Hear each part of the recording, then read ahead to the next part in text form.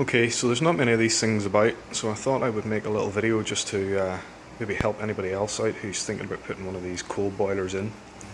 This is a cast iron Polish boiler. I bought it from Kotley.pl, so if you look up Kotley boiler on Google, you'll get them. On the right hand side there's a little hopper. It holds about 6 bags of coal. If you have a peek in there, it's hard to see. You see the coal, it's a granulated coal. It's no more than 25mm. On the right hand side you've got the actual boiler unit itself. Top door is purely for cleaning, so you see all the boiler elements etc. in there.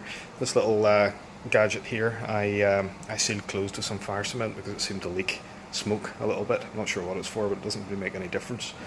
This door, business end door, this one comes prefix closed. I'm not sure what the option is there, but it's you can't open it. And then the bottom door is your ash pan. So if I open up the ash pan, give you a bit of a look. You've got an ash pan in there that's fit for a couple of days anyhow of ash from the machine. And in here you've got the actual boiler itself roaring away in there. You can see the retort burner and the coals going. And this top bit then is where you can throw the furniture. If World War III breaks out, you can pretty much burn anything you want in there. And the boiler will control that as well, but it's obviously not automatic, you have to feed that yourself. On the top you've got a little PLC control. I probably shouldn't do that, a little PLC control. Tons of functionality here. You can have something fairly basic, and I'll just show you the temperature. It's currently working at the minute, it's trying to get itself up. The temperature is 37 degrees of the water. The diagram here shows you the fan running.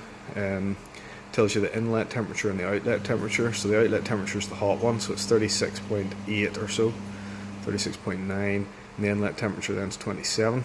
The only other thing of interest is the actual auger feed temperature, which is number 4, 30 degrees. That's the one that goes up if you have a bit of a problem and the thing burns back down the auger tube, up into the hopper.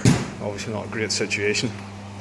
I'd thought about putting some kind of automated control system on there. The problem is if the electric goes off, power cut, you're in the shit. So the Polish have come up with a great idea here, and they have a little nut hole drilled in the back of it.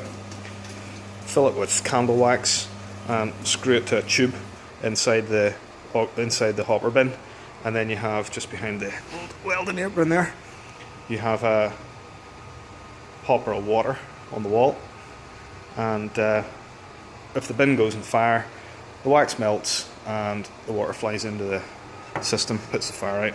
Great idea. Works whether it's electric or not. So that's pretty much it. I moved my old oil burner, stuck a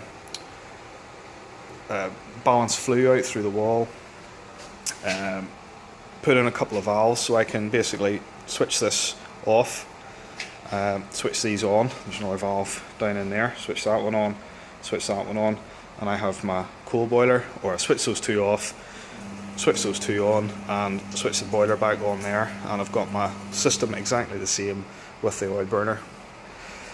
The only thing I did notice was whenever you have a worst case scenario, essentially your central heating thermostats are off, so you're not heating the radiators and the water is up to full temperature like we are at the minute. The wee red light here has gone out. It means that the boiler's got nowhere to go, so it's heating the water inside the boiler, and you'll see this thing gets up to temperature eventually, if I can get it to focus.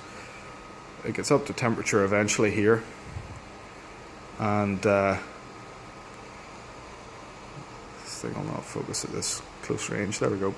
Gets up to temperature up to 55, 60, whatever you've preset it to, and then it cuts off the fans, cuts off the auger, but it just keeps on heating slowly, because there's nowhere to go.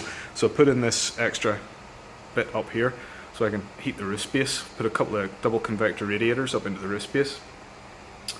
Stuck a